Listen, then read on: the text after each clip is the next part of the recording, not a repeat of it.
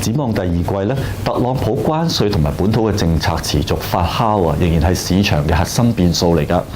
若果關稅範圍擴大，尤其係針對中國同埋歐盟嘅商品咧，可能會進一步打壓美國嘅企業盈利預期㗎，特別係依賴全球供應鏈嘅科技同埋製造業板塊。另外咧，美國經濟數據若果係繼續疲弱嘅話咧，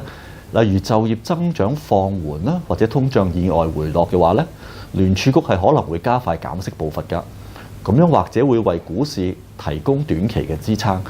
但係同時咧亦都反映經濟嘅基本面係惡化，投資者嘅信心咧係難以持久回暖㗎。咁期間地緣政治風險同埋美元嘅走勢咧，亦都不容忽視㗎。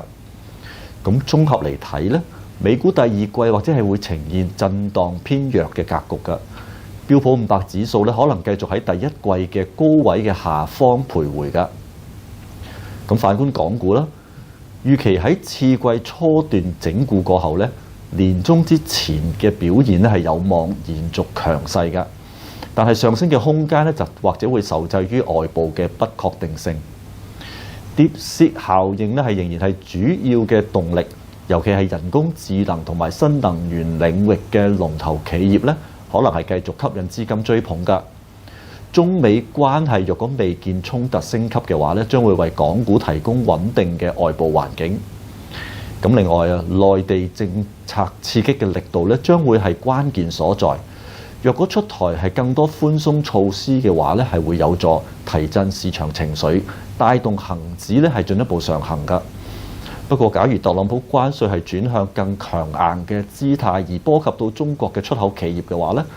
咁就會間接拖累香港嘅市況㗎啦。總體而言咧，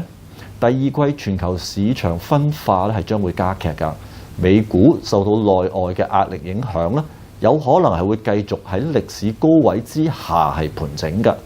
而港股咧就喺內地科技發展啦同埋政策支持之下咧，係有望相對保持韌性，